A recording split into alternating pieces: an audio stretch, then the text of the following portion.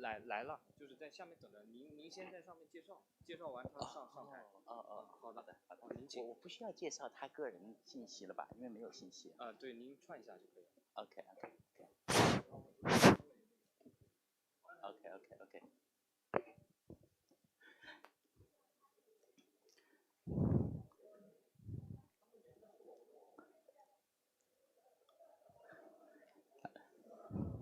Hello, good afternoon, everybody. I'm Bin Yang from Tsinghua University. For this session, combustion reaction kinetics, my colleague Professor Li Ye from University of Dalian Technology, and I will co-host this session. So for the first talk is our keynote lecture from Maria, Professor Maria Ozuta. Is that right? Okay, from University of Zaragoza Spring University, right? Yeah, please. Her lecture title is Some Unique Issue of Ammonia Combustion. Welcome.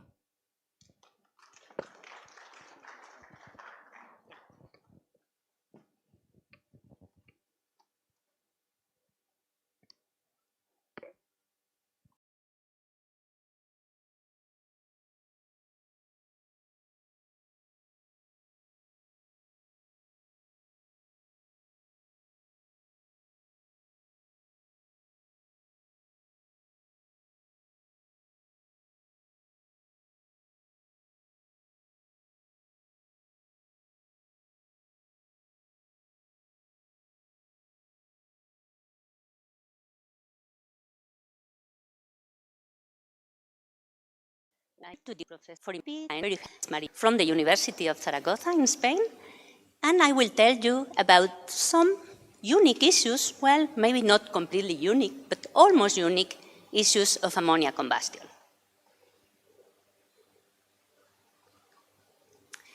This is the outline of my presentation, and I will start with a brief introduction on some characteristics of ammonia. And then I will tell you about these unique issues that we can see when we burn ammonia. And I will talk a little bit about ammonia oxidation, also on the use of ammonia for selecting catalytic reduction process, and I will finish with some interesting aspects of the combustion of ammonia with carbon fuels. And I will conclude with some final remarks. Let's start with introduction. Ammonia, you all know what it is. It's a simple molecule. It only has 1 atom of nitrogen and 3 atoms of hydrogen. And probably if you talk to your friends or to your family about your ammonia, they will probably know about it, differently to what happens if you work, for example, in combustion of complicated fuels or soot and so on. And why? And this is the first unique issue of ammonia. We have ammonia at home. We use it for cleaning. Actually, when I took this picture, I didn't go into the lab, but I went into my kitchen to take the picture. So if we think about the history, and this is an adaptation of the work of Professor Kobayashi, this morning he shows us some of these pictures. Since the development of the Haber-Bosch process in the early past century, in which ammonia was produced, nowadays ammonia is one of the major chemicals used all over the world. And actually, the production of ammonia changed our life very much. Apart from the many uses of ammonia, the main application is it's used to produce fertilizers that have changed our life, increasing the production of agriculture. Then, now it is interesting. We think in ammonia in automobiles, but this was done already in the 40s of the past century, when there was a crisis on the fuels, and then mixtures of ammonia and coal gas were used in Belgium. A little later, in the 60s, there was some studies of trying to use an aircraft fuel with ammonia, and also the first attempts to use ammonia in gas turbines were done in the USA. In the 70s, the research on ammonia was important, but the interest was focused mainly on NOx formation and thermal NOx formation and thermal denox process. And the reason was that recently the photochemical smoke in big cities were very important, such as, for example, in the west coast of the States, also in the beauty city of Shanghai, and even in my city, in Zaragoza, where the climate to produce high concentration of photochemical smoke. If we move now to our century, to the 21st century, the interest in ammonia has concentrated on the fact that it is a hydrogen carbon as also a possible carbon-free fuel. And then in this century, some associations like the Ammonia Energy Association and different institutes have devoted many efforts to research on ammonia, on different aspects of ammonia formation and so on. And I want to include also this series of the symposium on ammonia energy as a hint in this timeline, because since 2022, the first one in Cardiff, second one, and this time in Shanghai, I think they are important milestones in the history of ammonia. And I hope they continue in the future years. Well, the interest in ammonia has increased mainly because it can be obtained from renewable sources. And actually, ammonia is one of the major areas of research today. I cannot think in an issue of any journal related to combustion in which there is no now at least one paper, but probably much more related to ammonia. And actually, the publications of ammonia have increased exponentially in the very last years. And the reason is because we have here a lot already during this meeting. It has a lot of advantages, such as the fact that it is a very good energy carrier, much better than hydrogen. Well, it has a relatively high energy density, and it is easy to transport and store. And actually, we already have, basically in all the world, the infrastructure to transport and store ammonia effectively. Ammonia also exhibits some drawbacks, such as the fact that it is difficult to ignite. Despite all the studies that we know and there are in literature on ammonia conversion, still a limited knowledge on it, and there are need for more studies. And of course, because of NOx emissions, which is an important drawback. And so the research on ammonia and also on the conversion of ammonia fuels mixtures has devoted to different experimental setups and different aspects such as ignition, flame speed, post-ignition, oxidation rate, of course emissions, and not only for ammonia, but also for the combustion of different fuels from the simple one, hydrogen, hydrocarbons, natural gas, but also alcohols, ethers, to the most difficult ones, such as diesel. So let me tell you a little bit about ammonia oxidation. To go into detail on the ammonia oxidation kinetics, because tomorrow we will have a keynote lecture by Henry Corran about this, but I will tell a little bit.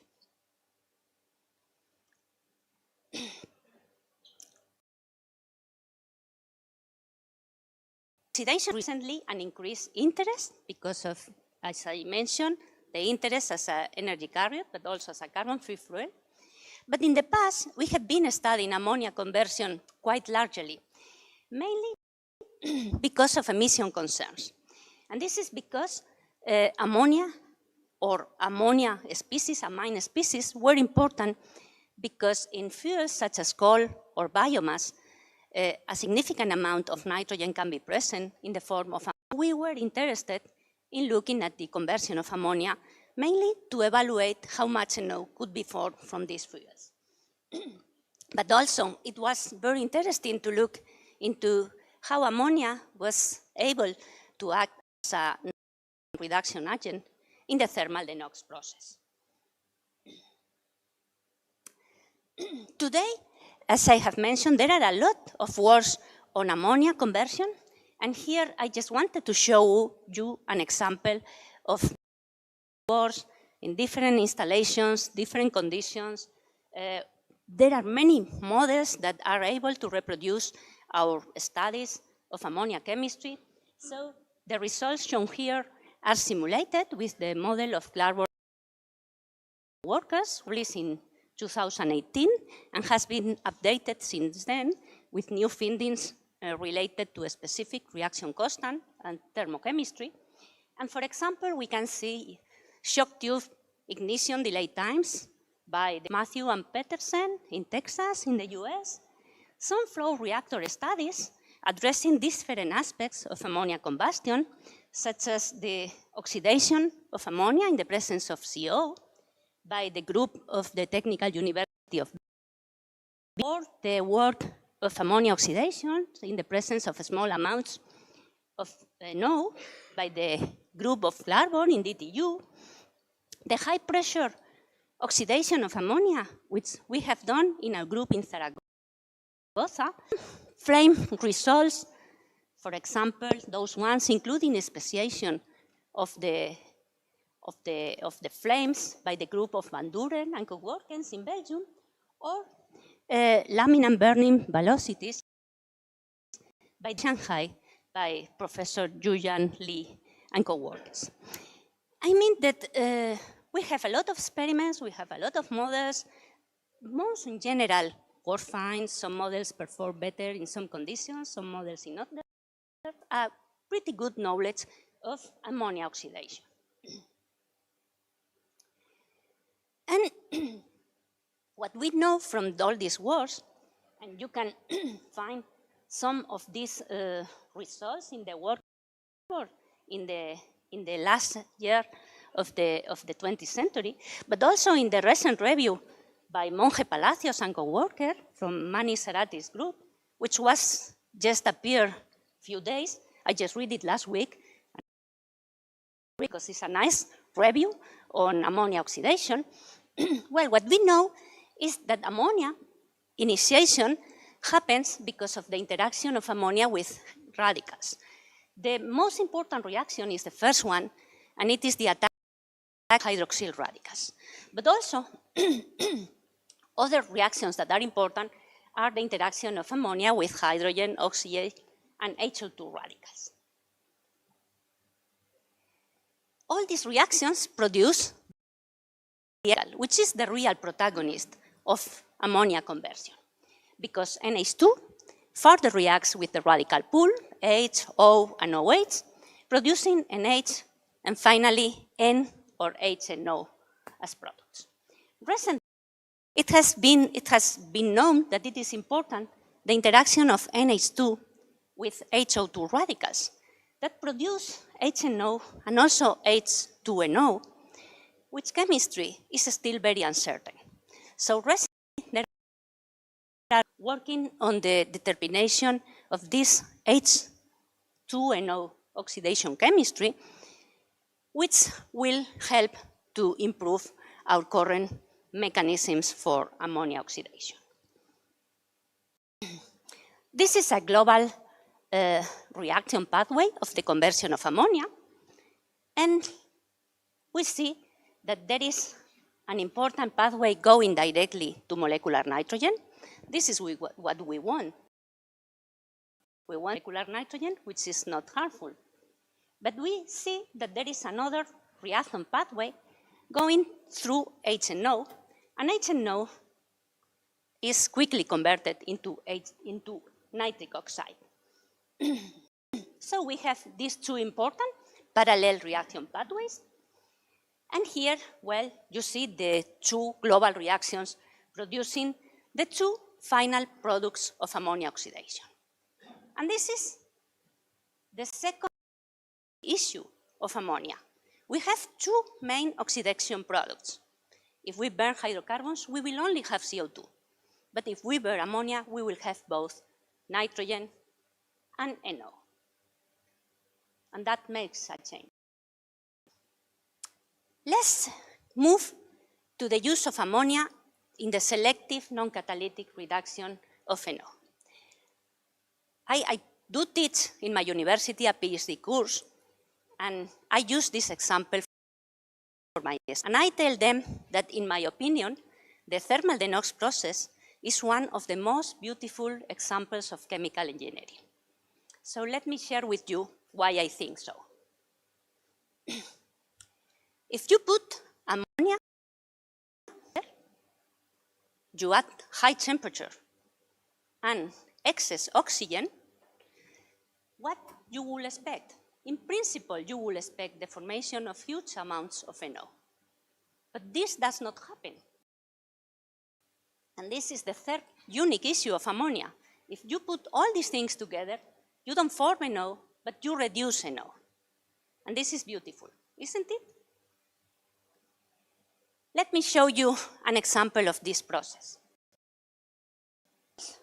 By Osberg and co-workers, some more results that were done at the Technical University of Denmark, where they mix 500 ppm ammonia, the same amount of NO, so a molecular ratio 1:1, with excess oxygen, and they vary temperature. And what we see is that for low temperatures, there is no NO conversion. So the same NO entering is the NO that goes out. It's this, because ammonia is difficult to ignite, and ammonia is not reacting, so there is no reaction of NO. But then ammonia starts to ignite, and then the NO concentration starts to go down. And it goes down, reaches a minimum, where the NO reduction can be as high as 80%. This is favored at high temperatures, moderate high temperatures, and excess oxygen.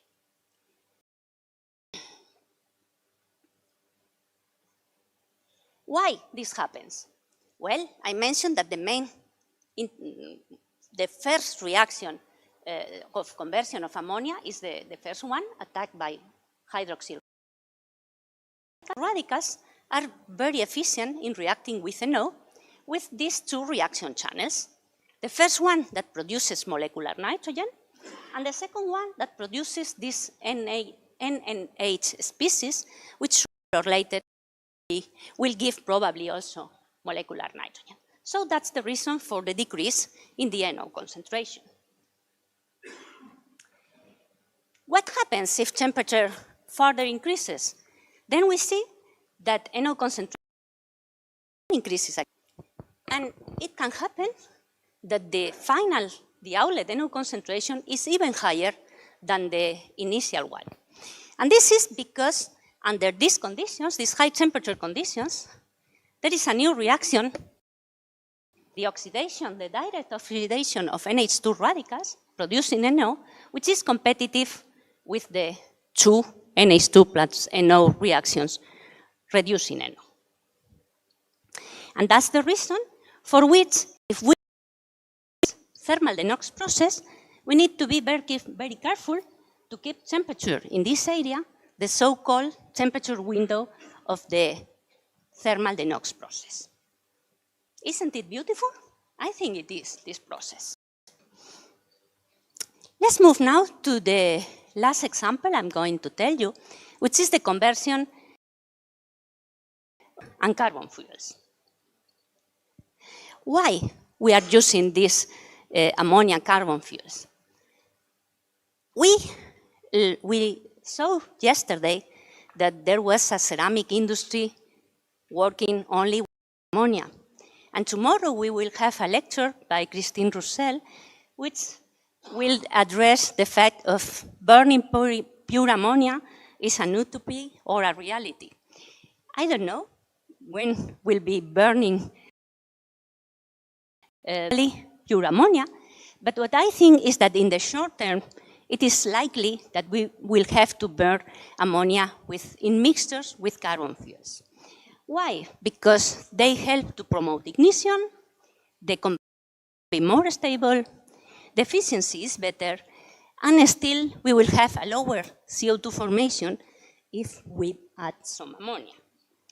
So let me show you some more results that I made while I was a postdoc student in Denmark, related to the oxidation of NO and the reduction of NO by ammonia in the presence of CO.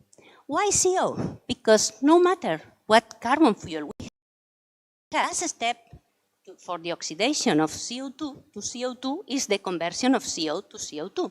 So it's probably that we will have important amounts of both ammonia and CO within the combustion chamber. So here, concentration of ammonia as a function of temperature for different CO concentrations from 0 to 2%. And same for the mixture of ammonia and NO. And what we see is the presence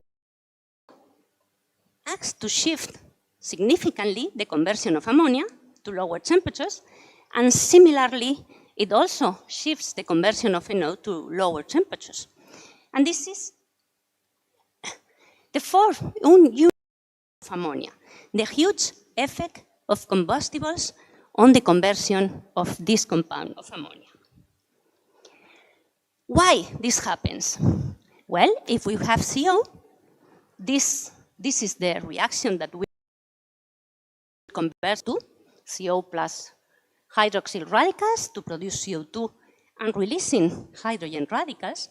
And these hydrogen radicals will start a branching sequence in which hydrogen reacts with oxygen, O radicals and hydroxyl radicals, and the O radicals will interact with water to produce more hydroxyl radicals.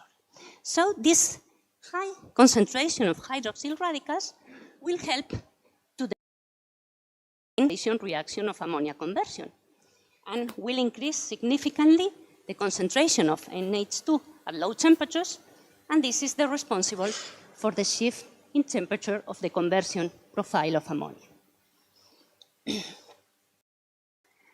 Something similar happens for NO. Again, the same reactions are occurring, and now, since the concentration of NH2 is so high, the conversion of NO by interaction with NH2 is also shifted to low temperatures. However, if the concentration of CO is high, for the 2%, for example, concentration, some side reactions may become important, such as this one, the direct interaction of NH2 plus CO, producing HNCO as a species, which can be oxidized, and then cyanide species and so on can be formed. If this happens, then the temperature range in which the NO reduction occurs is much narrower compared to the case where no CO is present.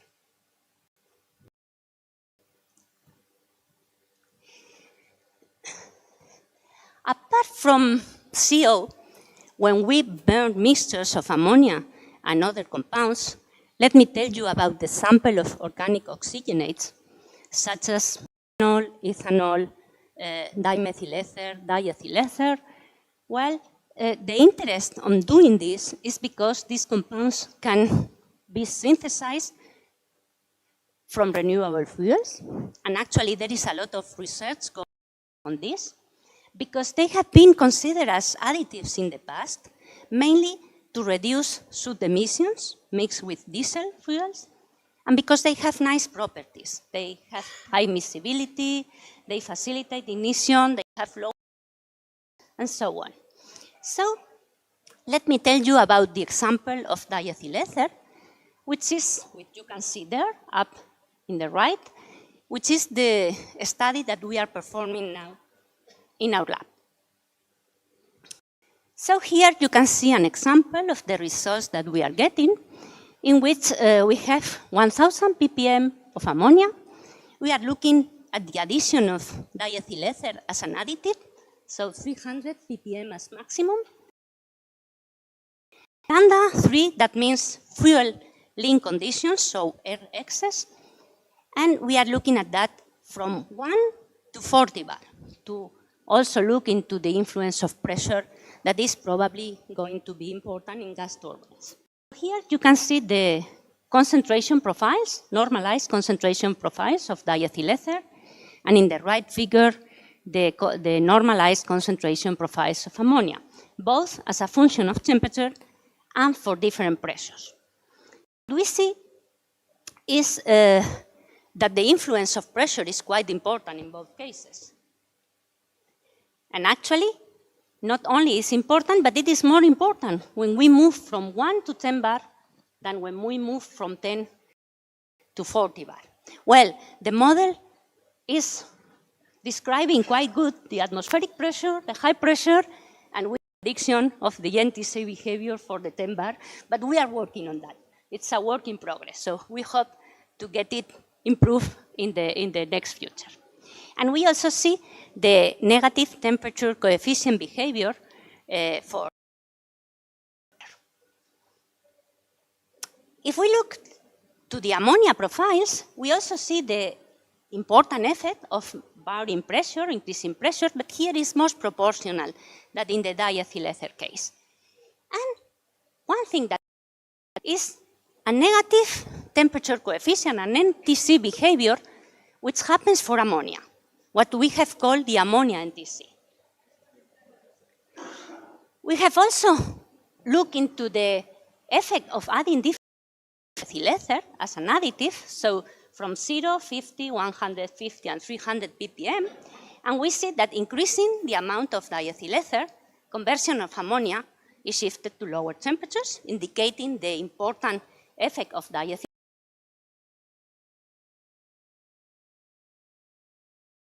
ether happens for diethyl ether concentration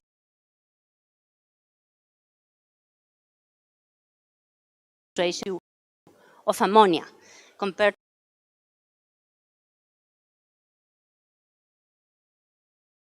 to of organic oxygenates.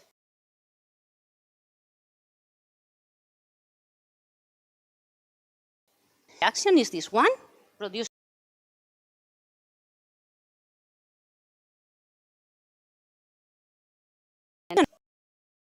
in the medium of HO2 radicals, which are stable and which are able to react with NH2, giving back ammonia.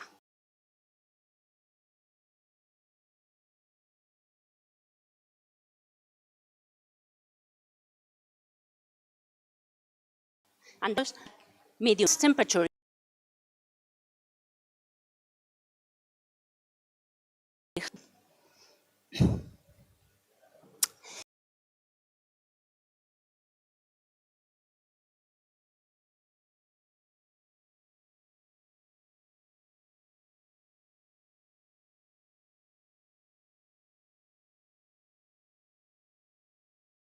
well, I've seen that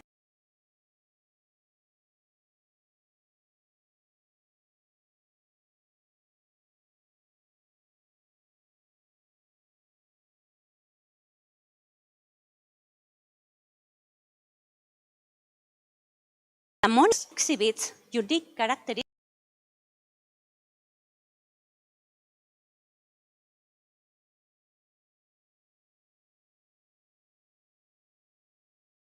despite all the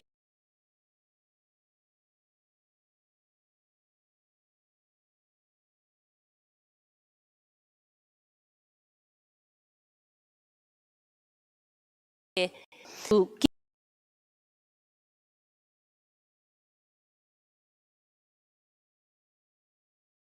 keep the formation of nitrogen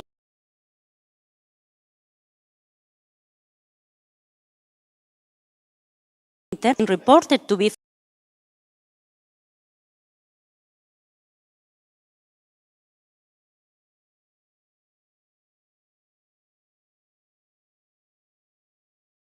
We need to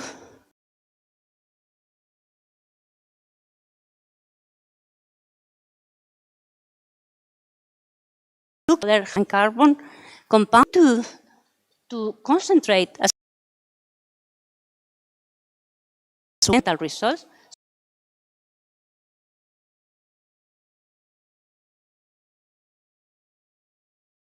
There's probably some more that we cannot.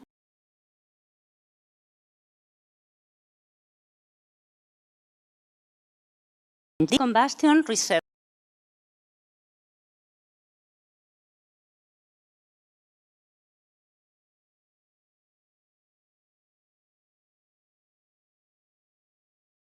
Innovation, which has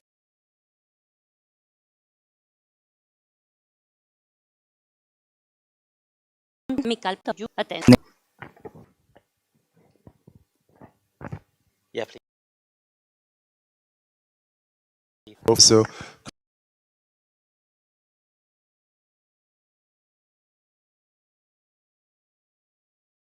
no reduction.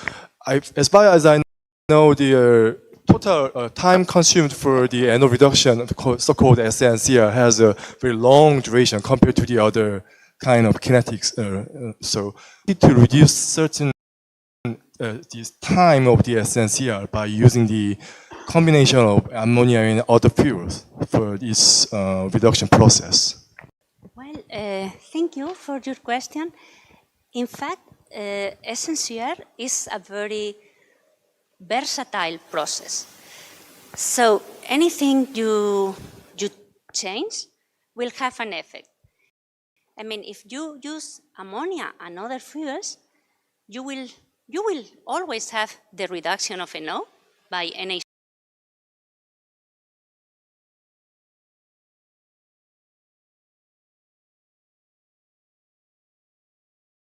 To window where this proceeds.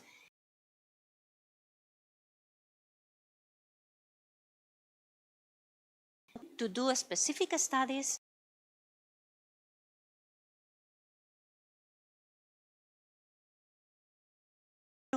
You will have it, for sure, but how much, it depends on the specific conditions. Okay, thank you. Thank you. Yeah. Really interesting. And I always, when see things like those reactions that haven't been sorted out yet and people are looking for, in your opinion, where do we need to go now in terms of the research that is required in terms of reaction mechanism, reaction kinetics? What are we looking at? Well, thank you, Agustin. We know a lot because we have done a lot of research on modeling and reactions, but there's still to be known. I mean, this, when I was saying the things or the aspects that needs further research, there are a huge possibility of burning ammonia with different fuels, with carbon fuels. So we need still to know about that. There are a lot of intermediates that are important, particularly for emissions. In small amounts, intermediates including nitrogen and carbon species that we don't know, but they are in small amounts and maybe dangerous or not, but we need to know about them. Another thing, an aspect very important as well, and I think there are also, I don't know if it's tomorrow or the day after tomorrow or this afternoon, a presentation by also related to the formation of soot. And this is also an important issue, because if we want to burn ammonia with other fuels, carbon fuels, it is likely that we have soot. And we don't want soot, we don't want NO2, we don't want ammonia, we don't want NO. So we need to continue looking into that. So there is a lot done, but I saw a lot much to be done in the next future. So still a lot to be done. Thank you. Okay, any other question? Maybe the last one? Yeah, please.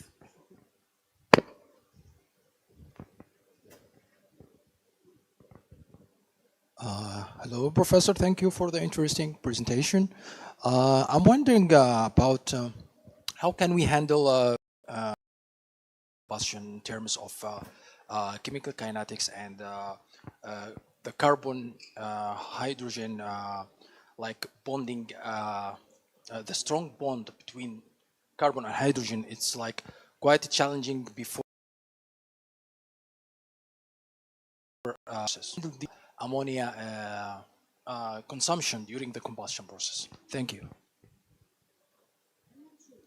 I get your point. You mean the interaction between ammonia and... I mean the parallel combustion, like when we have dual fuel combustion in some application like combustion engine, we are very curious about the consumption rate process, especially at high percentage of ammonia during the combustion. I would like to know your opinion about this point. Yeah, thank you. We know that if we cook ammonia with carbon fuels, the ignition of ammonia gets faster. So depending on the specific carbon compound that you use will be very fast, or just a little bit. To do specific studies to see that, but for sure, any carbon fuel helps ammonia to be ignited at lower temperatures. Yeah, and then kinetic models, your question, so you can, with validated kinetic models, to evaluate how fast is the conversion of ammonia in the presence of other carbon fuels. Okay. Okay, thank you. Time limit. We have to close this session, this talk. Thank you. Thank you, Maria.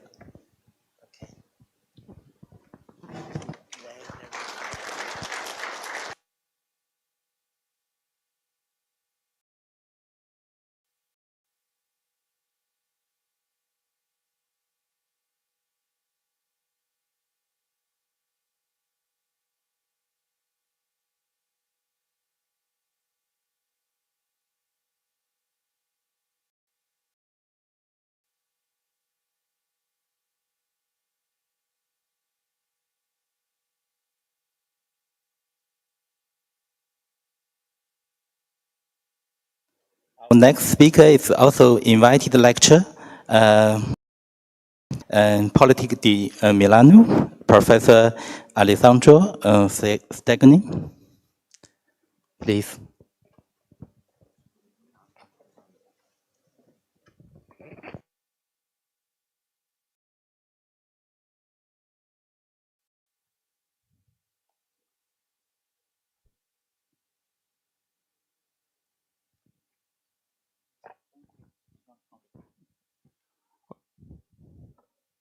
Okay, thank you for your nice introduction, and welcome everybody, and thanks to the organizer for inviting me for this invited lecture.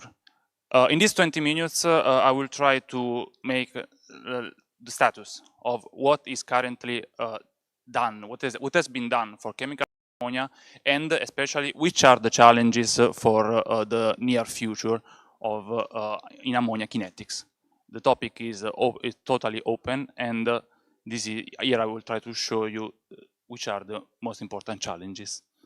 This is the outline of what I'm going to present. I will start with the motivations behind our kinetic research, and then moving to which are the major gaps in chemical kinetics. And finally, I will focus on two main topics, which are firing, which has been already introduced by Maria Alzueta, and the role of third body reaction, which is, in my opinion, one of the most appealing research field in this regard.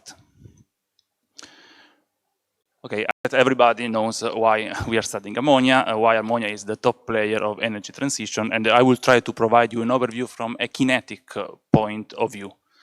The major problems of ammonia, which is why we work for, are basically slow autoignition properties, slow flame propagation properties, which are problems to be solved if this wants to be integrated as a comprehensive energy carrier on a large scale.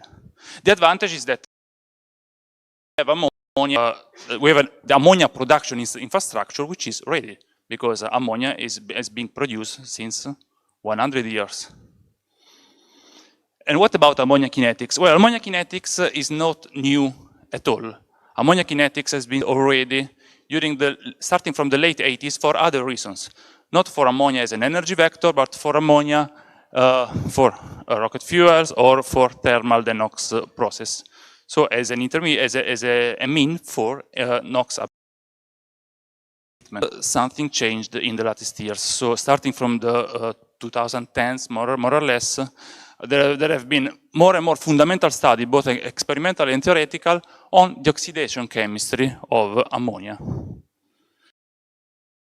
The unconventional operating conditions, so low temperature, diluted conditions, have become more and more appealing, because these are conditions which are being studied from a wider range perspective, not only for ammonia. And if you see paper, ammonia kinetics on Web of Science, you see this exponential growth that also Mario Alzueta mentioned before. But what about kinetics? Well, kinetics has been a continuous process since the late 80s. And in the last review by Monge Sarati's group, they are more or less split into three categories, let's say. The earlier kinetic models, the comprehensive ammonia kinetic models, which started more or less during the late 2010s, and models for ammonia. After this, the question is, are we done with ammonia kinetics? Well, of course not. We are not done at all, and I will try to explain you why. First of all, in my opinion, there is no the ammonia mechanism, because we have a lot of data. In 2020, we have a huge capability of producing data, a huge capability of producing theoretical calculations. So the mechanism, in my opinion, must be conceived as a continuous process. So three steps closely interacted between each other. So we have a synergistic interaction between these three steps. We have the capability of running automated kinetic simulation, and also the bottleneck through automatically validating the model, and so we can deeply focus on kinetic modeling more than validation, which is let's say maybe the less intellectual part, because we need only time and data. So the key is, okay, we have a lot of data, a lot of experiments, but we need to fill the knowledge gap. So perform experiments and theoretical calculations, explored fields.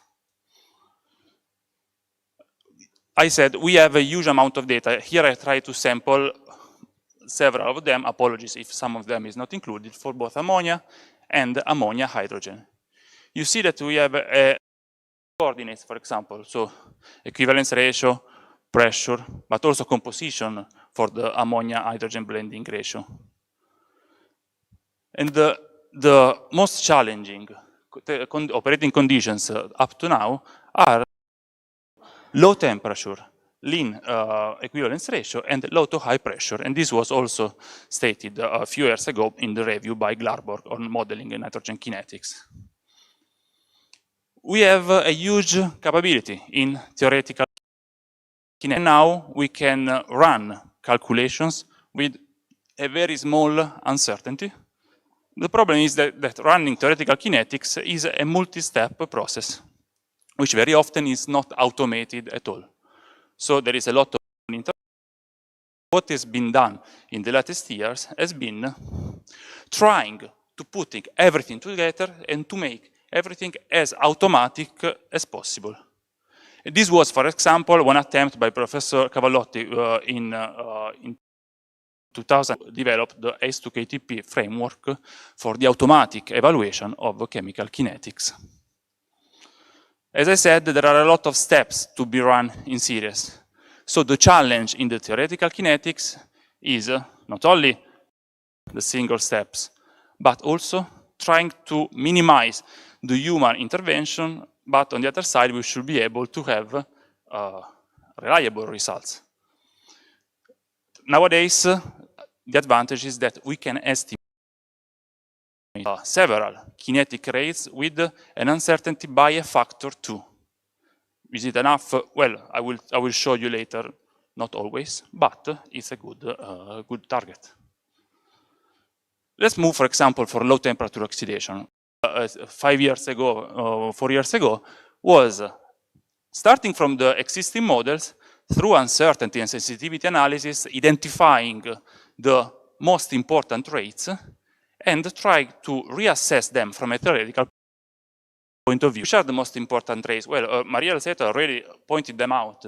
So H abstractions, the initiation reaction, so ammonia decomposition and ammonia initiation through O2, which is also an H abstraction, and HNO decomposition. We found a confirmation of previous data, for example here, with the data of Bolsch and Davidson. They are very consistent within our theoretical calculations.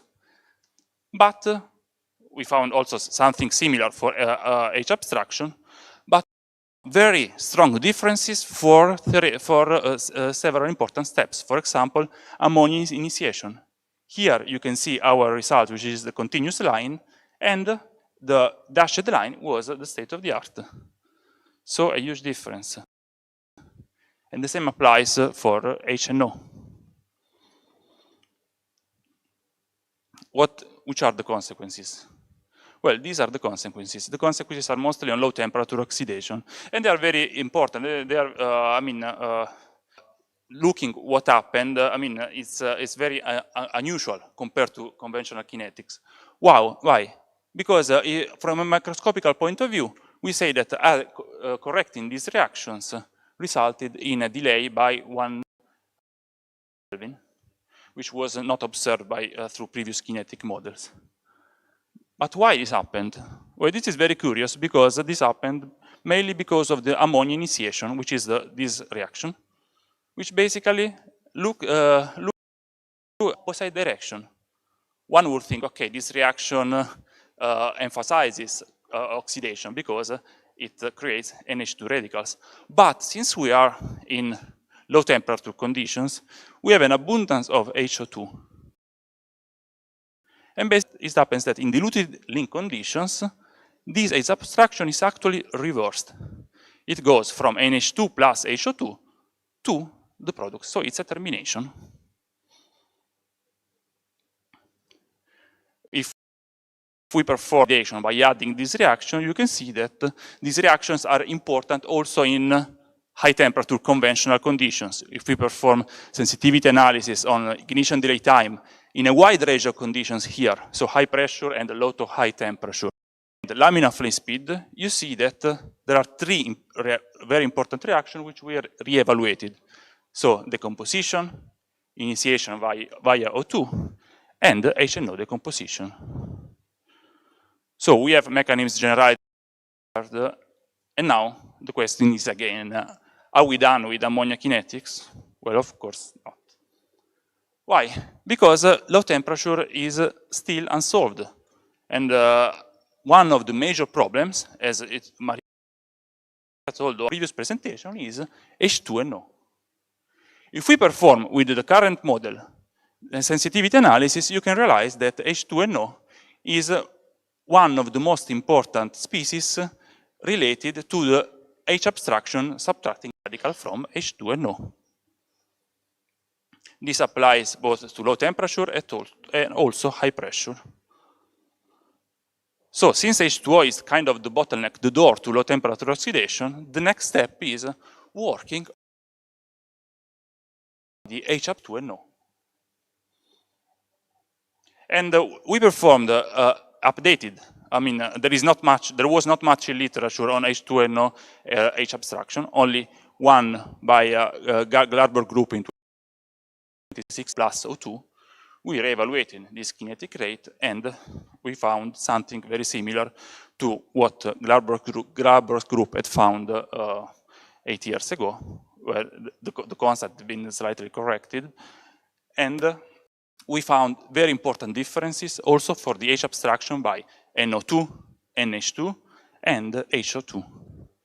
Here, I mean, more or less the uncertainty factor of this calculation is a factor 2, and you can see the gray area as the uncertainty. Well, which is the impact? We did some tests. Okay, which are the most critical calculations? So high temperature, low pressure.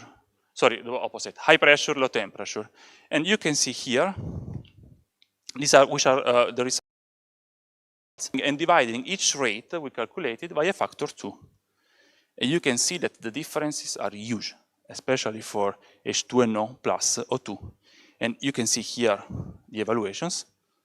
And we have a difference in predicting ignition delay factor 3 for NH2, by factor even to 5 for H abstraction via O2. And what is the conclusion of this? Is that theoretical kinetics is very important, but is not enough.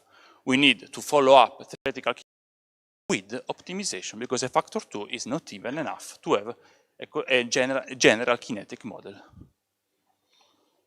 So, coming to ammonia co-firing.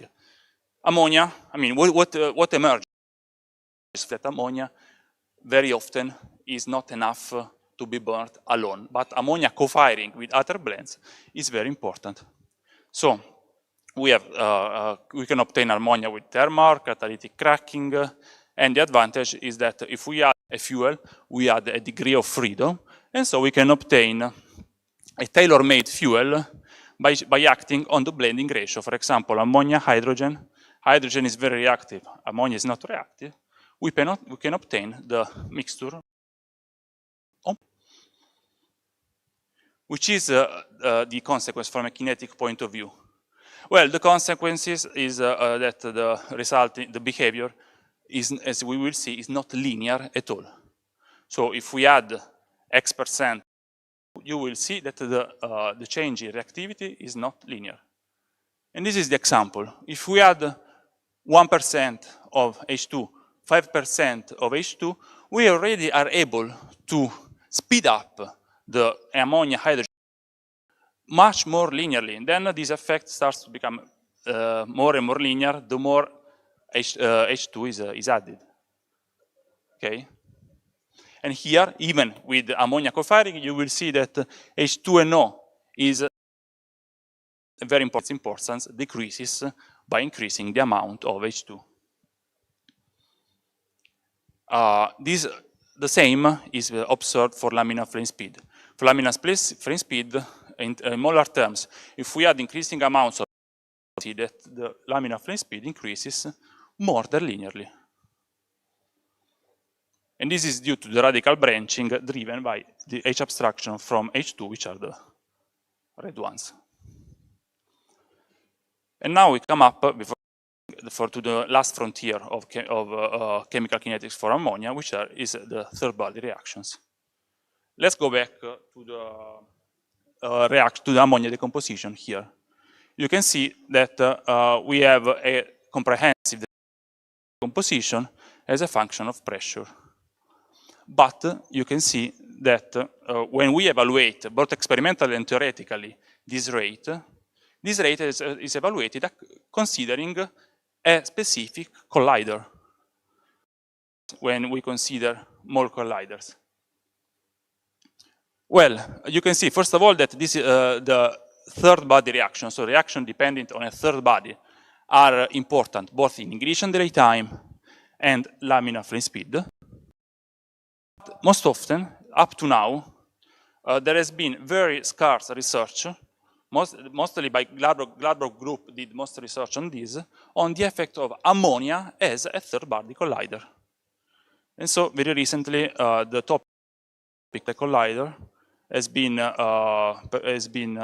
faced by Gladbrock's group, and you can see that the efficiency of ammonia as a collider can be arrived even to a factor 10, and especially is dependent on temperature, while chemical mechanism only a constant third body kinetic efficiency.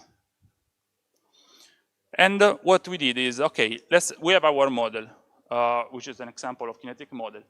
What if we consider the actions. And here are the results on laminar flame speed. You can see that we have a not so relevant effect on the lean branch, but a very relevant effect on the rich branch. Why this? Well, we have more is to be attributed to the H+O2 reaction, while because ammonia has an efficiency even to a factor 20 in this case. And you can see the consequences. And the interesting thing is that this applies not only to pure ammonia, but also to hydrogen, ammonia plus hydrogen. Even with a 30% of hydrogen, you can see that the rich branch of the laminar flame speed is affected by these calculations. So which are the conclusion of this? Is also investigate the flammability limits, because if the rich branch is slowed down, we have a consequence on the flammability limits. And these are the results of the lean flammability limit is not affected very much by the interaction. On the other side, if you see the upper flammability limit, you can see that we have a narrowing of the upper flammability limit, which is, and the simulation gets closer to the experimental data. For this, you can see more on the talk by Francesco Artioli tomorrow, which is specific on this topic. Okay, so coming down to the conclusions. To study chemical kinetics of ammonia, we need made by ideal reactors, kinetic modeling, and theoretical calculation. And this approach is dynamic and not static at all. So we need a continuous improvement workflow which needs to be updated as soon as new theoretical calculations are released, which is in 2024 very, very frequent. We have the capability of using ab initio tools to explore the unconventional conditions and the most uncertain conditions, so low temp, lean conditions, and the low to high pressure. And the modular development of a kinetic mechanism allows to move to upgrade our problem from pure ammonia to ammonia plus X. And as the next steps, as I said, first of all, we need to get deeper into the kinetics of ammonia plus X interactions, first of all. And second of all, we need to comprehensively integrate dependent third-party interaction in the available kinetic mechanism.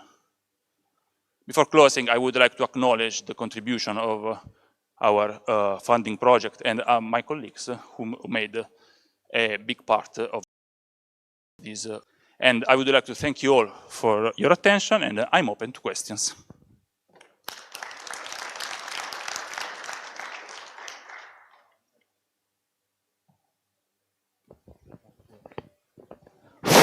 Oh, now.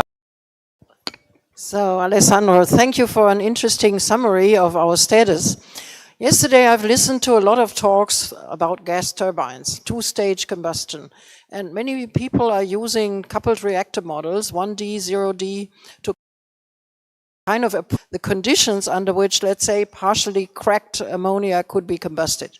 Now, as a kineticist, you know that all these influential reactions will, of course, affect the design of such two-stage.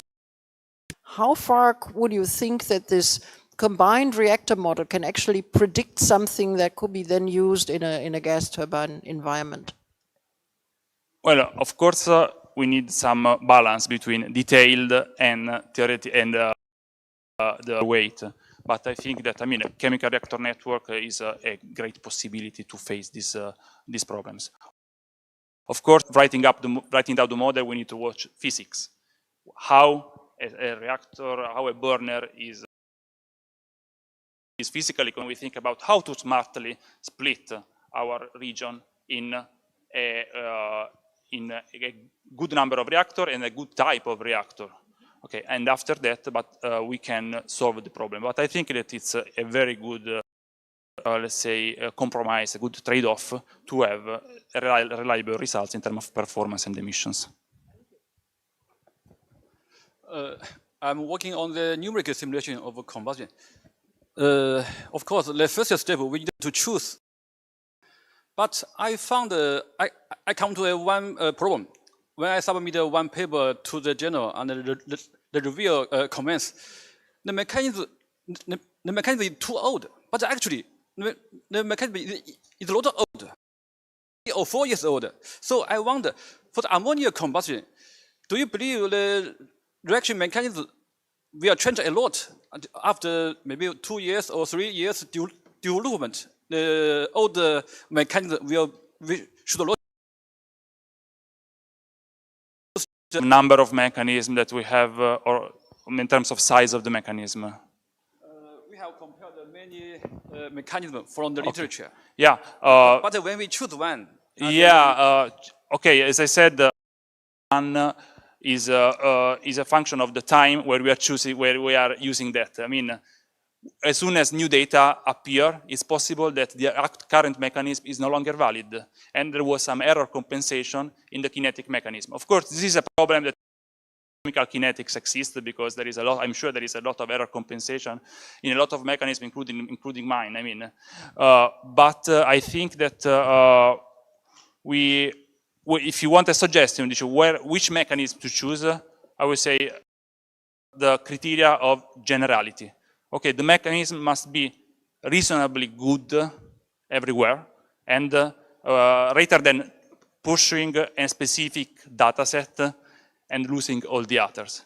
So, I mean, there is a lot of tool able to automatically validate a mechanism over a wide range, over a huge range of experimental data. And my suggestion is, okay, let's verify the mechanism in the whole experiment. If it works reasonably good, then it's a good candidate. We cannot do, I mean, a single name of a kinetic mechanism, because, I mean, first of all, I wouldn't be impartial, because I do one of them. But second of all, I mean, the choice is a function of time, of the year where we are living. Okay, let's thank the speaker again. Thank you.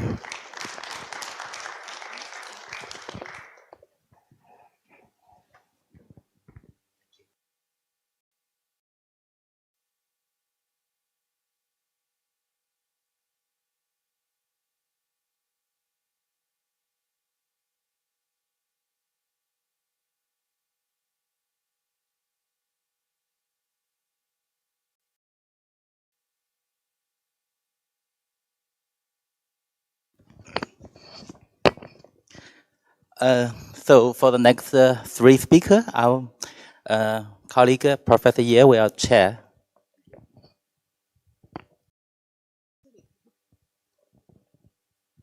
Hi, I'm Lily Ye from the Dali University of Technology, and I will co-chair the next 3 speeches. So our next speaker is Dr. Qi Wang from CLOST. He is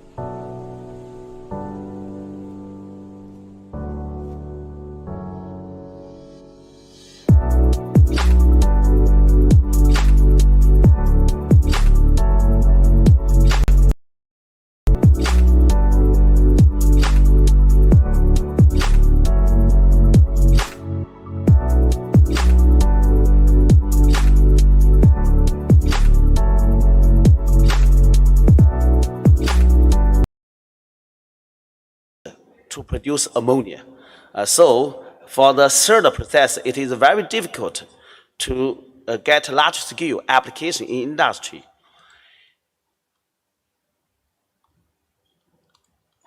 And thermochemical synthesis of ammonia at mild conditions, we want to use the reaction temperature at 400 centigrade and at about 7 millipar. And there are three problems for the mild condition reaction. The first problem is hydrogen coating of ruthenium site on catalyst causes hydrogen poison, resulting in activity and poor stability of reducing nitrogen to ammonia. The second problem is thermodynamic energy barrier and unclear hydrogen migration mechanism on bimetallic active sites. The third problem is low atomic utilization rate and high catalyst price of the bimetallic metal catalysts. It results in the low yield of ammonia and the high cost. So in order to solve these problems, we develop some innovative catalysts and processes. And for the first problem, we develop the novel bimetallic catalyst. It is the cerium oxide nanorod supported ruthenium cobalt catalyst. This catalyst can accelerate the ruthenium active sites turnover through competitive absorption of hydrogen and activated nitrogen. To solve the second problem, we do the DFT calculation to clarify the competitive absorption and the hydrogen migration mechanism over the bimetallic active sites. With the hydrogen absorption preferred cobalt sites with the lower activity energy. And this process can enhance ruthenium site turnover. The third problem, we construct the ferrum, ruthenium, and cerium oxide carbon nanotubes interface. We reviewed the volcanic between catalytic activity and the BTC ratio. We synthesize the low ruthenium loading catalyst with high activity. So first, we develop the catalyst for thermochemical synthesis of ammonia at mild conditions. And this is a DFT calculation to clarify the mechanism. And we found the option preferred cobalt sites with lower activity energy. It can enhance the ruthenium sites turnover and activate highly inert nitrogen-nitrogen bond. Right section is the production process of the ruthenium cobalt bimetallic catalysts. And this bimetallic was composed of the cerium oxide nanorods to support the active sites. It can promote the hydrogen migration in ammonia synthesis. And this is the SEM photos and the other mechanism platforms. And the ruthenium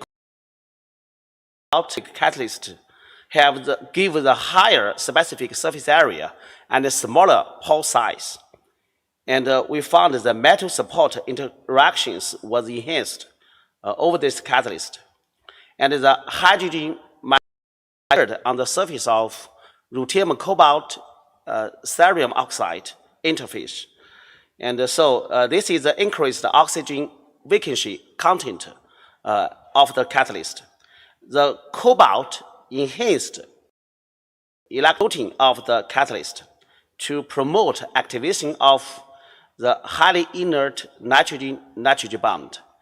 And so the cobalt was involved in the competitive adsorption of hydrogen, it can inhibit the hydrogen poison at ruthenium sites.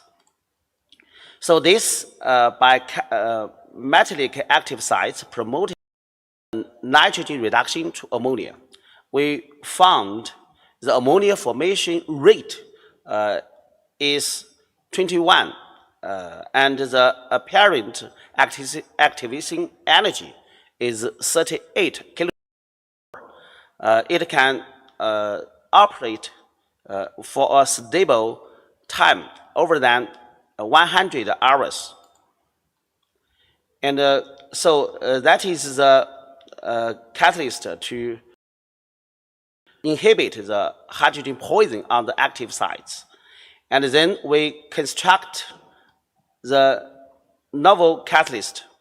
That is the ferrum ruthenium cerium oxide carbon nanotube through the autocatalytic pyrolysis to achieve efficient ammonia synthesis with low ruthenium loading catalyst.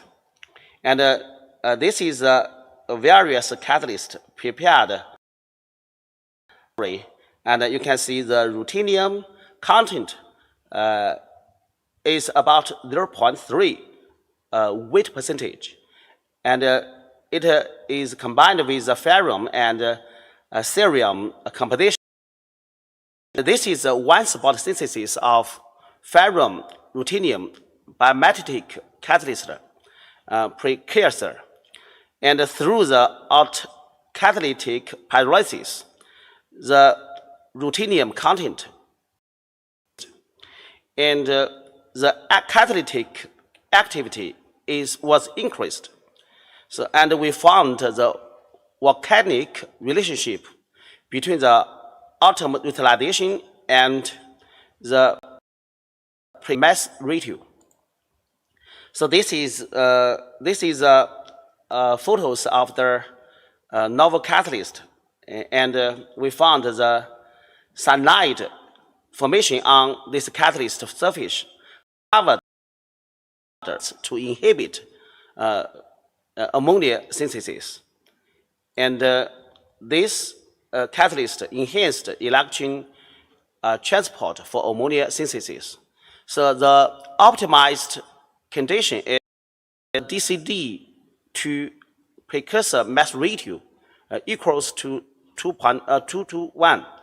And at the optimized condition, the catalyst was equipped with the most oxygen vacancies, highest electron donating capacity. And this catalyst promoted nitrogen activation and ammonia desorption to improve catalytic activity. And we found you can see the table, the ammonia formation rate per ruthenium is the highest, 4,700. And this catalyst showed the lowest apparent activity energy. The carbon nanotubes promoted ammonia desorption to increase the utilization rate of ruthenium. And in order to further reduce the cost of the catalyst, we use the lithium to give the low catalyst. So this is an LDO catalyst. LDO means the layered double oxide catalyst. So the lithium intercalated ferrum cobalt LDO catalyst was prepared for ammonia synthesis. So this catalyst can enhance the alkaline sites of catalysts, ammonia synthesis at mild conditions. This catalyst showed strong electron donating ability and the highest ammonia formation rate. This can increase 72% efficiency, higher than that of the ferrum cobalt LDO at mild conditions. So the lithium give. This is a technical process of renewable energy storage through electrolytic hydrogen production and ammonia synthesis at mild conditions. And you can use the solar and wind power to generate hydrogen and then to synthesize nitrogen. And then the nitrogen can be used to generate electricity. It can be used as a power in the engines. So we can clarify the mechanism on nitrogen-nitrogen bond activation and nitrogen-hydrogen bond formation. And we develop the ruthenium and ferrum-based transition metal catalysts to reduce the cost of the catalyst and to keep the high reaction activity. And we develop the for selective separation of ammonia. And you know, at 400 centigrade and 7 millipar, it is very important to remove the nitrogen from the reactor to accelerate the synthesis reaction. In order to solve the technical challenges, we solutions to convert green hydrogen to nitrogen. The first one is the catalyst. We can develop the novel catalyst for the efficient synthesis of nitrogen. Second, we develop the fixed bed reactor for selective separation of ammonia. Third, we develop the process of axial and radial heat exchange in the reactors to reduce the consumption. And so this is a future demonstration of the 10,000 tons of nitrogen synthesis. And so we cooperate with some companies to invest and to build this of the nitrogen synthesis. So the conclusion is we have developed cerium oxide nanorod supported ruthenium cobalt catalyst, and we found the competitive adsorption and hydrogen migration mechanisms over the bimetallic active sites. That is, the hydrogen adsorption mirrored cobalt sites and enhance the ruthenium site turnover to avoid the hydrogen poisoning on the active sites. Second is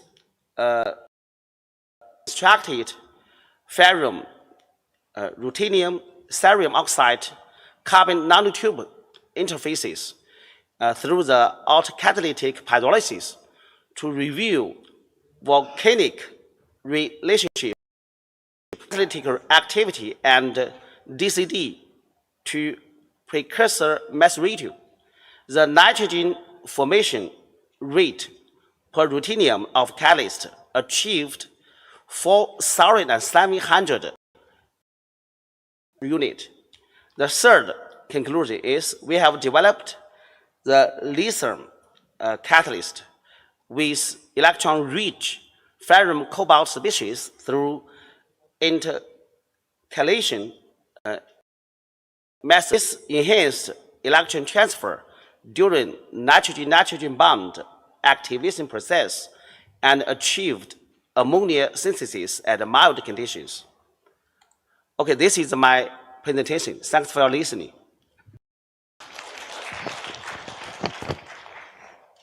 Thank you very much for your talk, and we have plenty of time for discussion. Yes, please.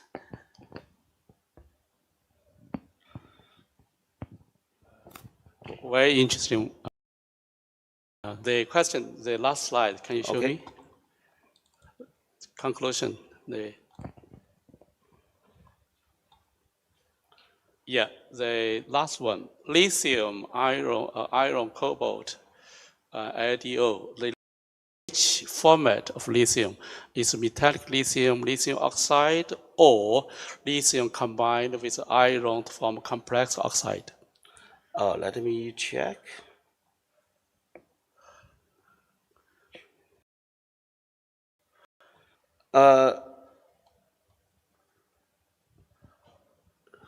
In the process of the catalyst preparation, lithium, sorry, I forget. Sorry, I forget. I must check the experimental process. Okay. Okay, thank you.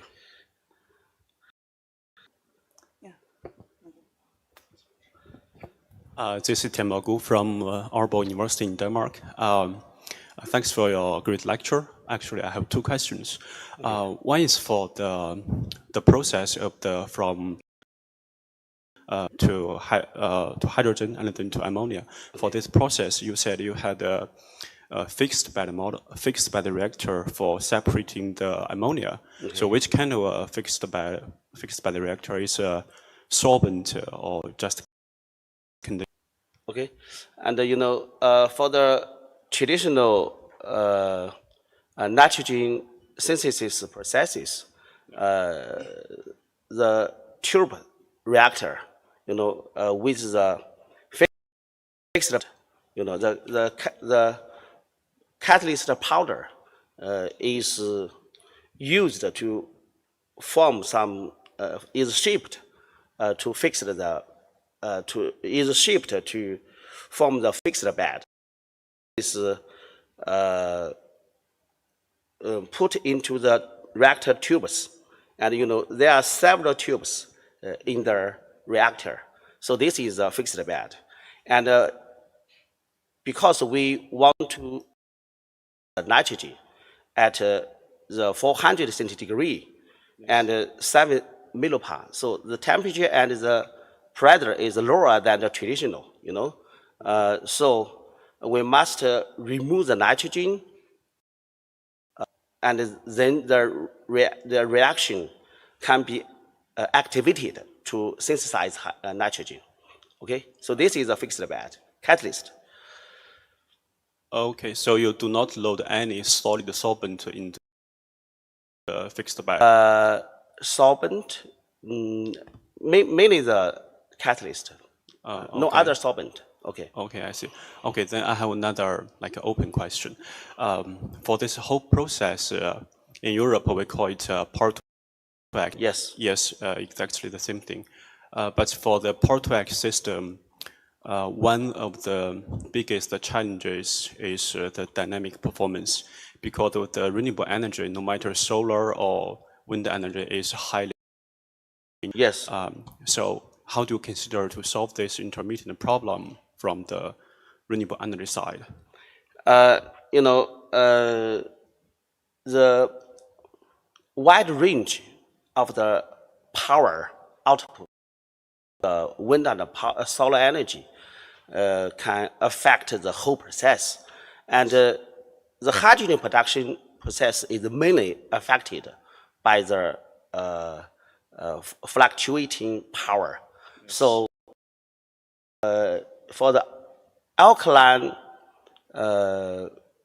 reactor for the hydrogen production, it's difficult to be used for the fluctuating power. So we use the PEM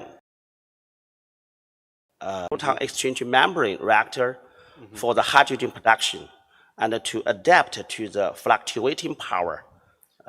So the hydrogen can be produced with the flux power, and then we storage the hydrogen in a tank. Okay. You know, and then okay. Okay, thank you.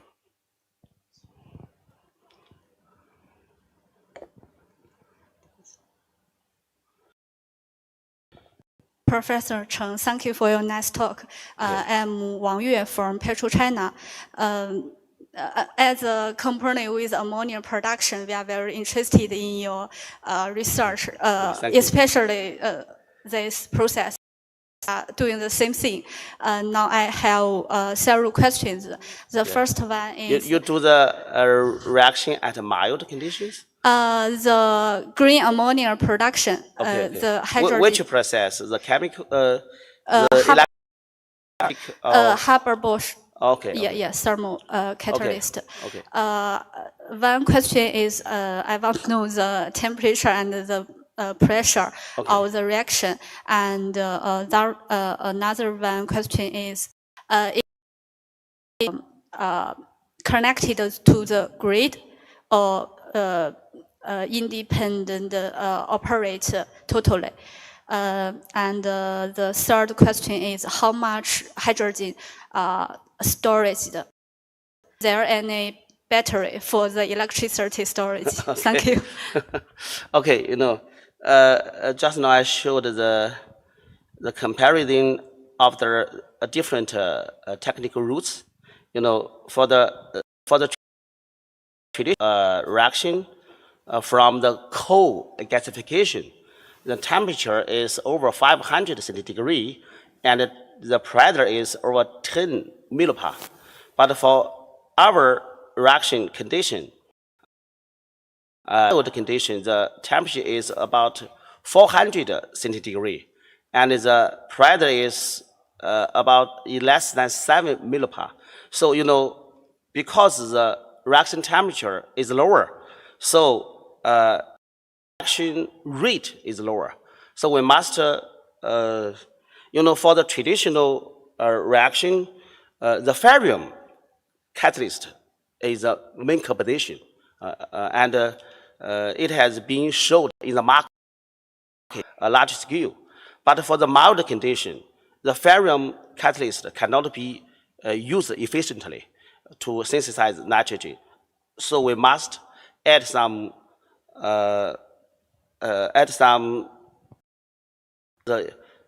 expensive conditions, such as RU and CO catalyst, you know. So this is for the lower temperature. For the lower pressure, you know, the reaction is broken. So we must remove the nitrogen product to accelerate the reaction process for the nitrogen synthesis. So this is the characteristics of the mild conditions. Okay, and your second question is about the fluctuating power.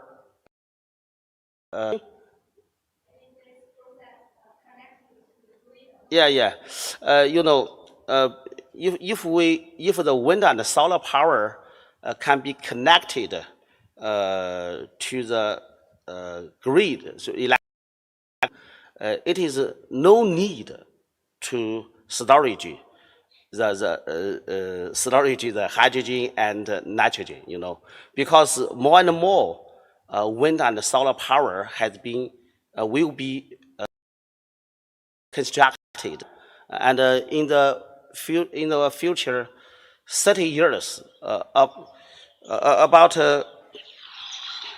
we estimate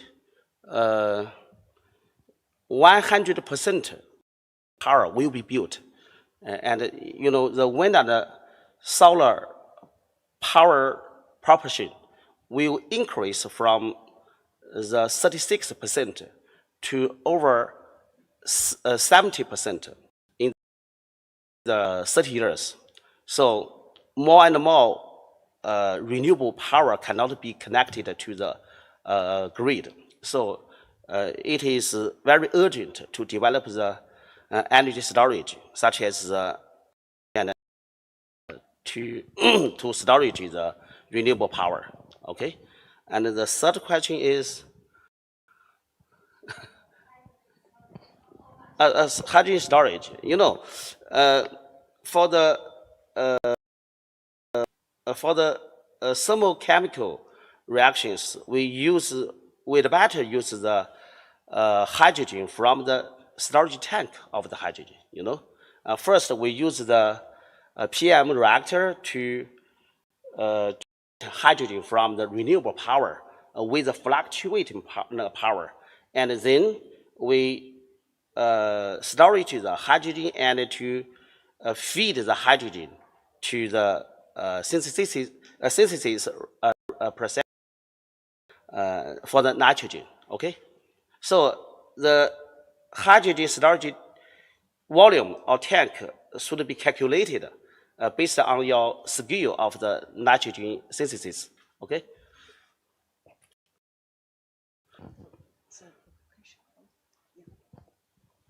Thank you for your report. I have one question. In terms of the Lucina cobalt catalysis, DFT calculations indicate that the cobalt can promote the transfer of hydrogen species.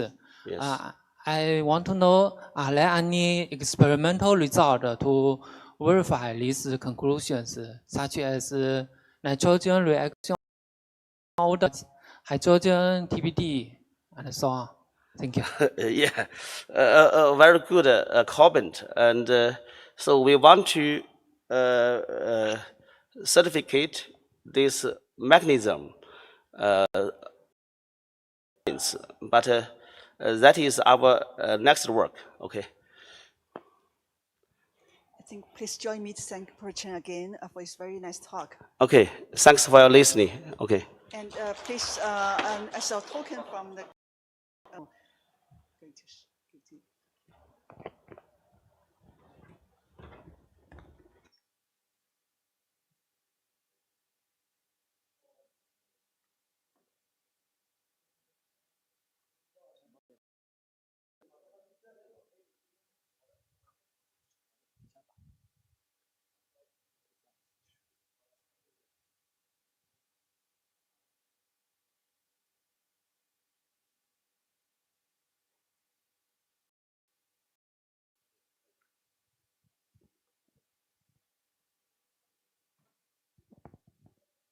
the next speaker is Dr. Ke Zhang. Yeah, please, he's going to show the model catalyst for the study of the a different angle of this very important aspect in ammonia synthesis, please.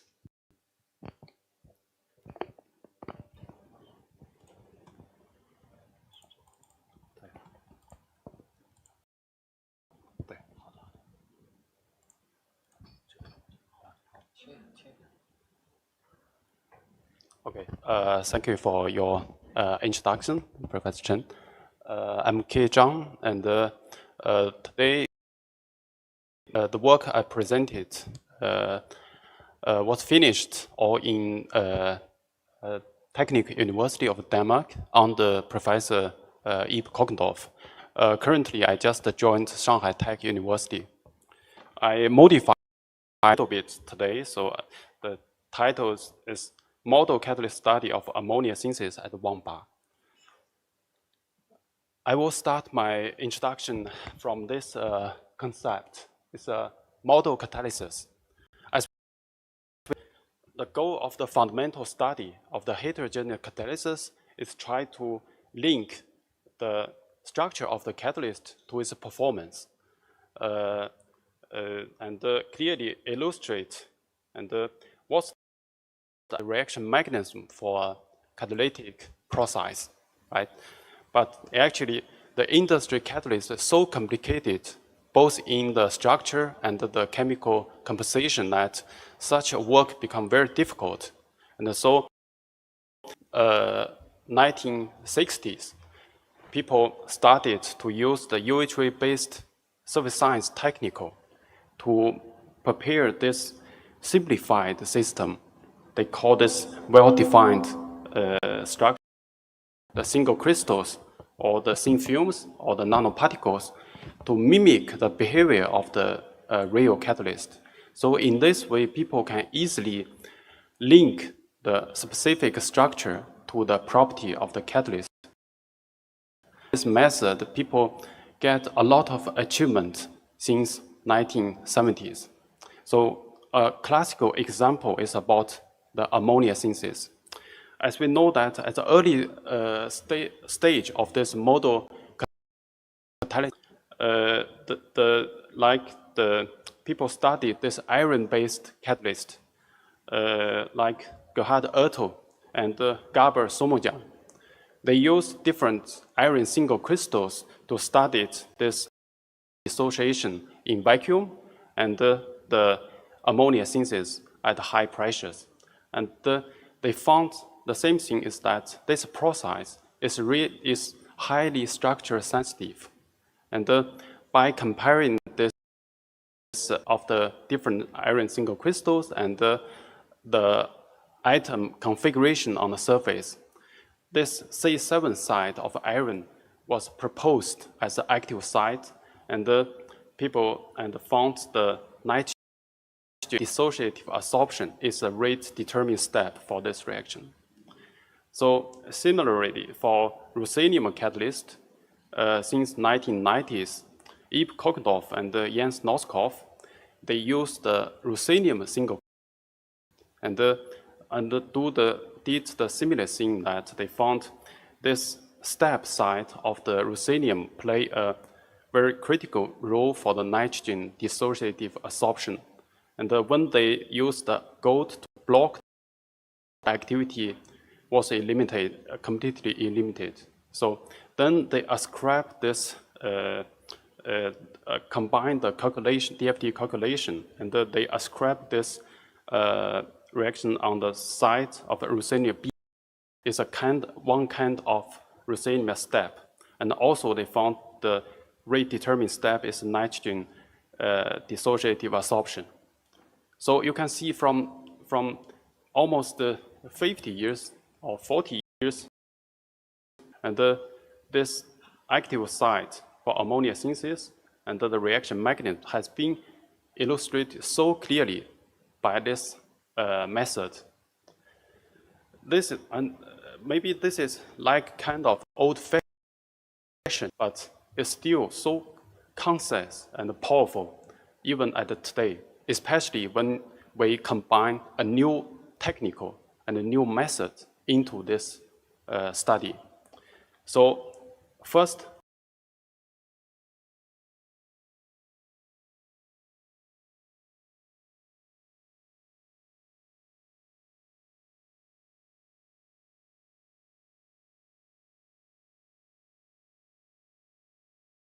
work so the code is the source.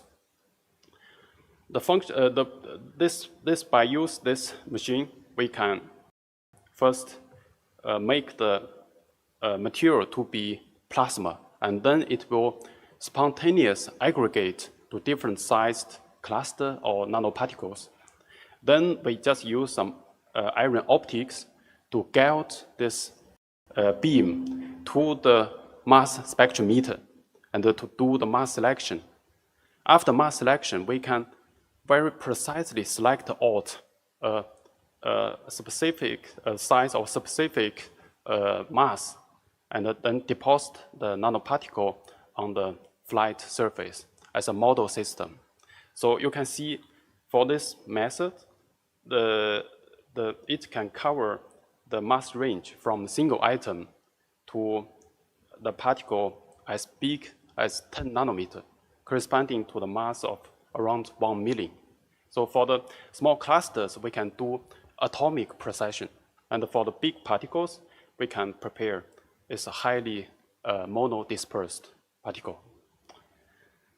Then when I arrived DTU, I developed this UHV compatible reactor with a very high sensitivity. And because we know that if you can control the size nicely, then you cannot increase the loading or the production of the particle to a very high level. So usually we deposit this well-defined particles on the surface. The surface area is very small. If you want to do a slow reaction, like ammonia synthesis, the sensitivity of the reactor becomes very critical. So this is a long-standing problem in the field, and we have a new design here, and we can very easily measure the mass-selected ruthenium particle spotted on the oxide. Of course, we can also measure the single crystal as the people did before. So using this unique state-of-the-art tools, we started our research. And as a short introduction to the background, what we did is about the promoted cobalt from ammonia synthesis under mild conditions. Why we work on the cobalt? Because cobalt is considered as the cheap candidate to replace ruthenium. And but as we know that on this scaling line, we can see that cobalt has a very low intrinsic activity. And so if you want to use it, you have to promote it. And so the promoter for cobalt is very, very important. As people, even for the ruthenium and the iron, people need to use promoter like potassium and the cesium. And here, the work is start from experimental work of Eve more than 20 years ago. Is that they found when the cobalt is promoted by barium, and the reaction rate increase by more than 1 order of magnitude. This is very different from the promotion effect of potassium for iron and cesium for ruthenium, because that promotion is just several times. This is more than 1 order, and also decrease the activation energy a lot. Also, other people found a similar result, that when cobalt is promoted by barium or lanthanum, and the activation energy dropped a lot. And people explain this to the traditional electronic effect. However, we know it's maybe probably not, because as people explain the potassium and the cesium for iron and the ruthenium, the promotion is not so huge. So we think we need a new explanation to this. So my colleague Cao, she was the postdoc under Jens Noskov. She calculated this promotion effect of the alkaline metal, alkaline earth metal, and the rare earth metal, both for ruthenium and cobalt. She found you can see the sorry, I show the laser. Okay, so you can see here, for ruthenium, it's nicely follow this electronic effect, but for cobalt it doesn't. Especially for barium and lanthanum, it just doesn't follow the line. And so she considered, because cobalt is with the element with the span. So if she just set the cobalt as non-span polarized, this promotion can only be explained by the electronic effect. But when she sets the cobalt as span polarized, then she can explain this huge promotion effect. So then this is a new promotion mechanism. We call this spin-mediated promotion. And of course, we are also continuously inspired by the work from Professor Hosono, that's working on the similar material systems.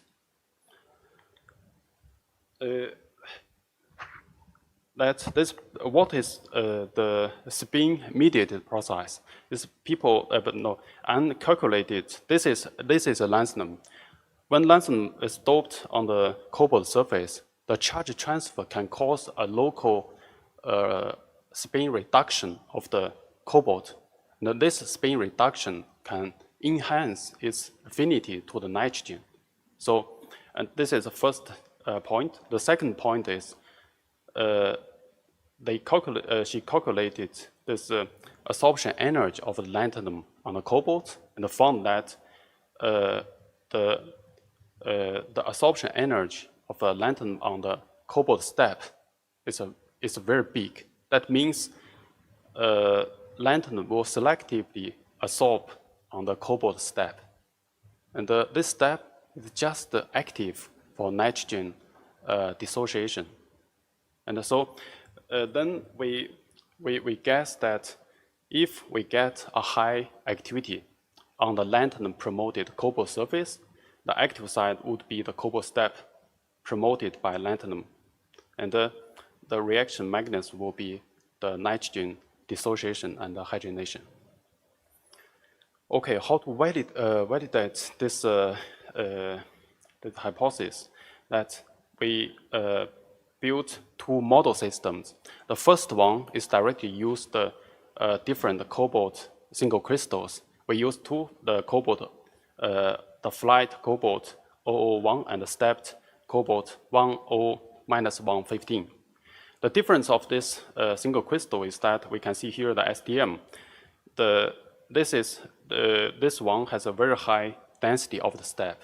On the 0001, you still have the steps. You cannot avoid the steps, but with much lower density.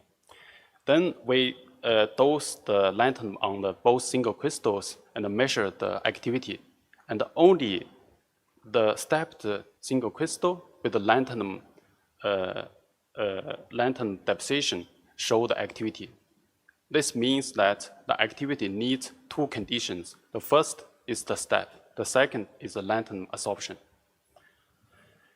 And this result directly validates the calculation that because the calculation also claim that the lanthanum absorption on the step could catalyze the nitrogen dissociation and the hydrogenation to ammonia.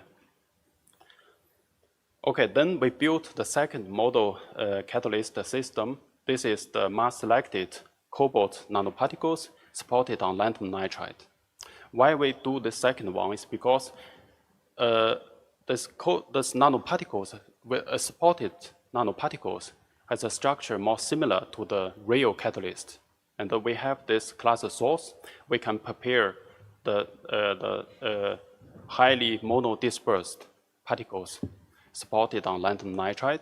And we prepared 6 sizes.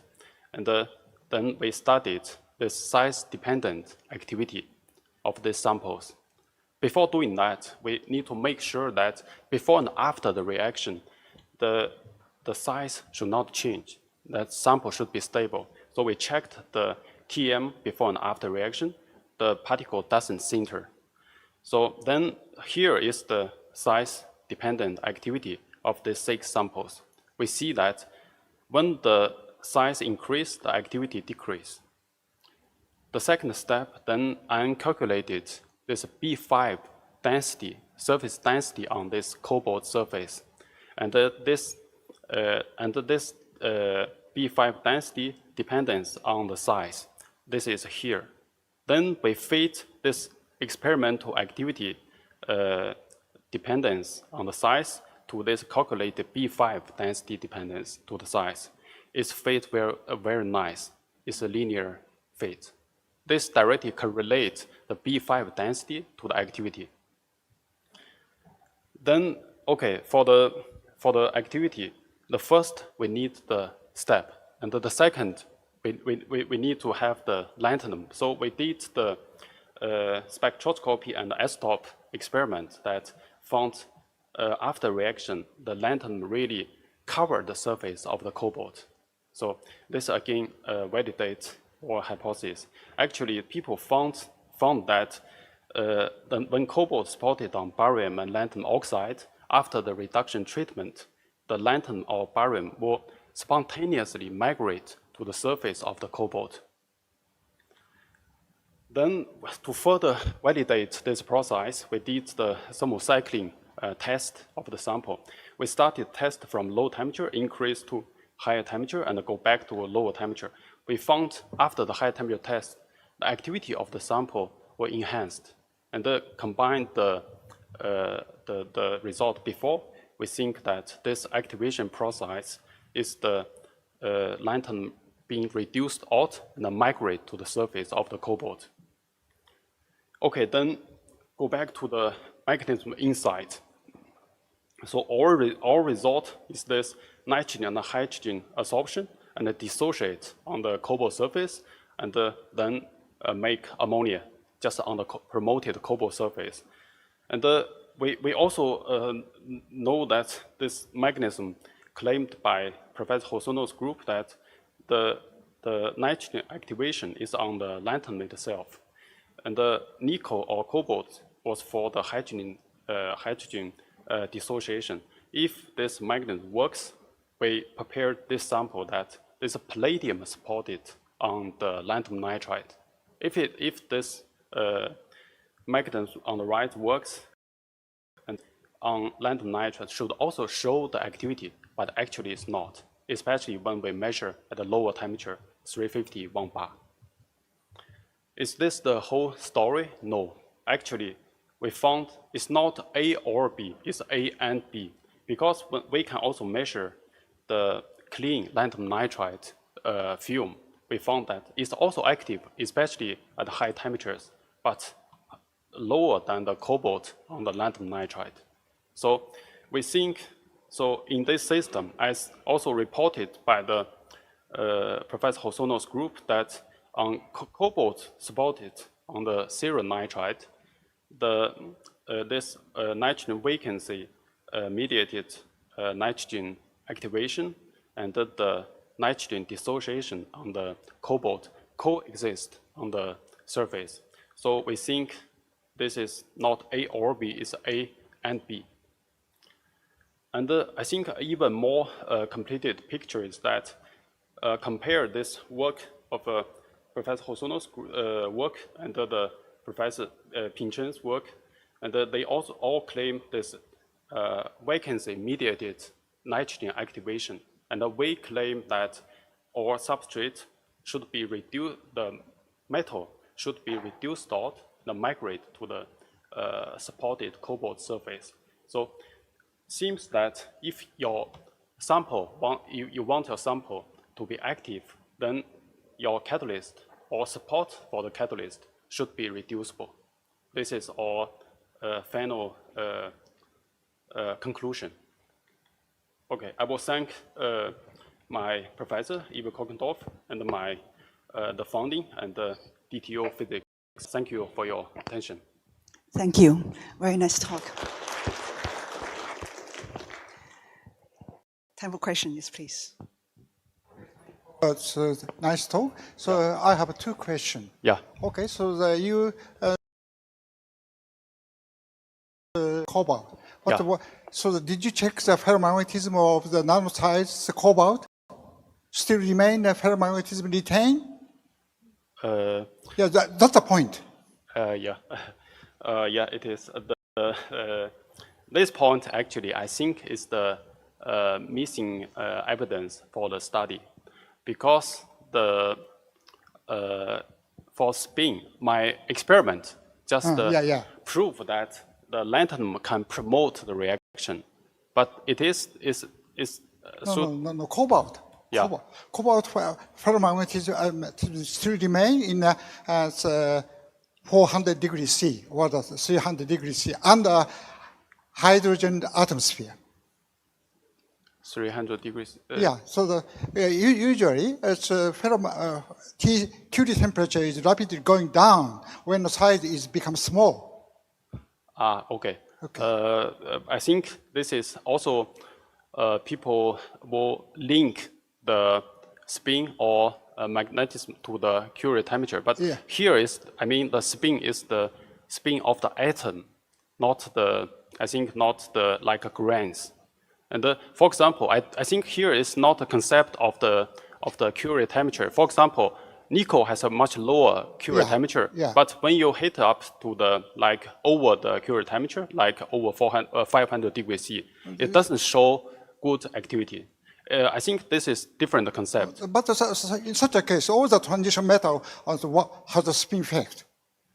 All the 3D the transition metal should have a spin effect. You mean yeah. all the transition metals? If the spin effect due to the atoms. Yeah. So this is common for the 3D transition metals. Okay, thanks. I think the next step of our work will be played by the scanning probe microscope. That if we can, for example, if we can directly measure the spin of the atom of the cobalt, and with or without the lantern on the surrounding, that I think this is a direct evidence. For example, if we measured the spin of the cobalt atom the spin decreased by the SPM method, and I think this is a direct evidence. We are working on that. Not so easy to understand the direct evidence. So that all the transition metals have spins.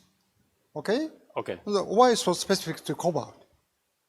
So this is not so simple. The second question is why is the lanthanum shows that the high spin effect?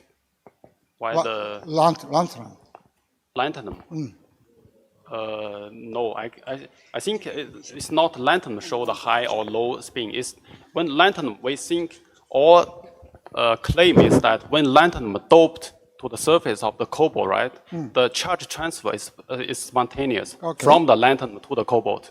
Then when the cobalt gets some charges, and the spin just decrease. It's in this way. I think by my understanding to the calculation is this precise. May I come with a comment here? The spin, all the transition metal has spin, but it's a spin difference. And the magnetism and the Curie point is a global thing. Is all the spin aligned or the random? That's what determines the Curie point, right? So this is a local effect of the spin locally, and so it has nothing to do with the magnetism. So if triangle spin.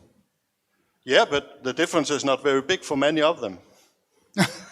I mean, here it's actually a matter of that you have a difference in spin up and spin down for cobalt, and that's big. And if you can sort of equal that out, it makes a big difference. If you go to other transition metals, they may not have that big difference, and they're not very magnetic, right? So the manganese has a large spin. Pardon me? Manganese and the chromium has a large spin moment. Yeah, but I mean, that's possible, but over there nothing happens because they're nitrides anyway, so we can't use that for anything. Okay. Okay, thank you. Okay. Okay.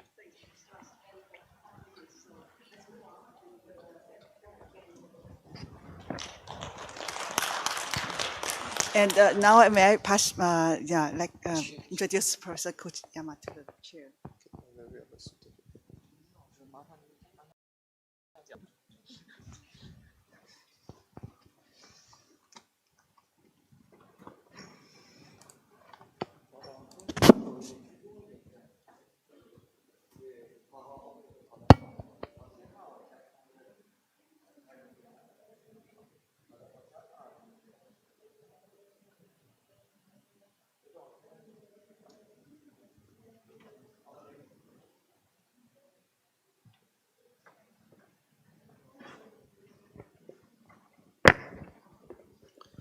So, hello, I'm Yoji from KAUST. I'll be chairing the remainder of this session.